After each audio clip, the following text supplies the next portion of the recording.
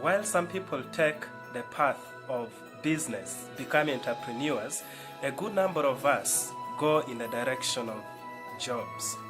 And that means we have to write a cover letter and convince someone. I agree that there are scenarios where there is technical know-how that makes us miss out on opportunities we think we deserved rightfully. There are also scenarios when out of the hundreds of people who have applied for a job, there are those who are more prepared, those who wrote better cover letters, submitted better CV compared to us, and they become the better alternative. By just taking a mere look at a cover letter and CV, you can get a lot of impressions about the person you are going to recruit. Their power of communication when written, how good they are at report writing, the quality of things that they are going to do, how organized they are, how clear they are. Let's talk about 3 major areas of a cover letter, in my opinion, that need to be there. 1. Introduction.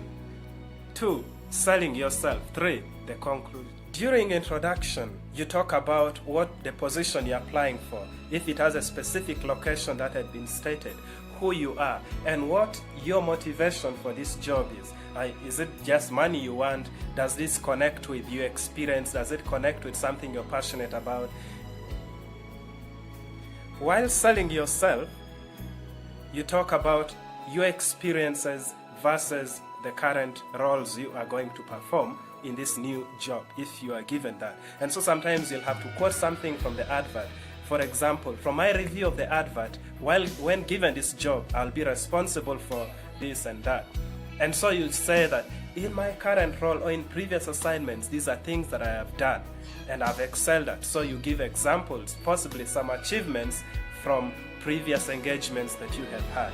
Then you go ahead and talk about your academic background, what things you have studied and how these will be important for you in helping you execute your job here. And if there are other short courses that you have done, you add those along. And then you talk about your skills. Yes, what skills do you possess? Look at the advert very well and see, is there something required on computer skills? Is there teamwork, communication, whatever? And how have you excelled in previous assignments in these areas? How have you exhibited such skills? What do you possess? And those are things that you talk about. Sometimes the job may need a particular language, may need someone from a particular location, or even a particular religion. Once you meet such criteria, you mention them in the cover letter. Finally, conclusion.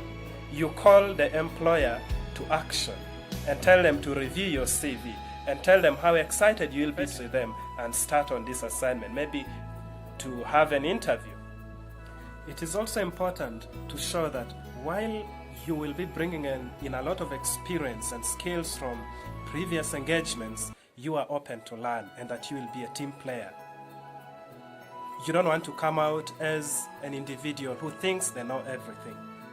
Remember, you never have a second chance to give the first impression, and you want to make the best out of it.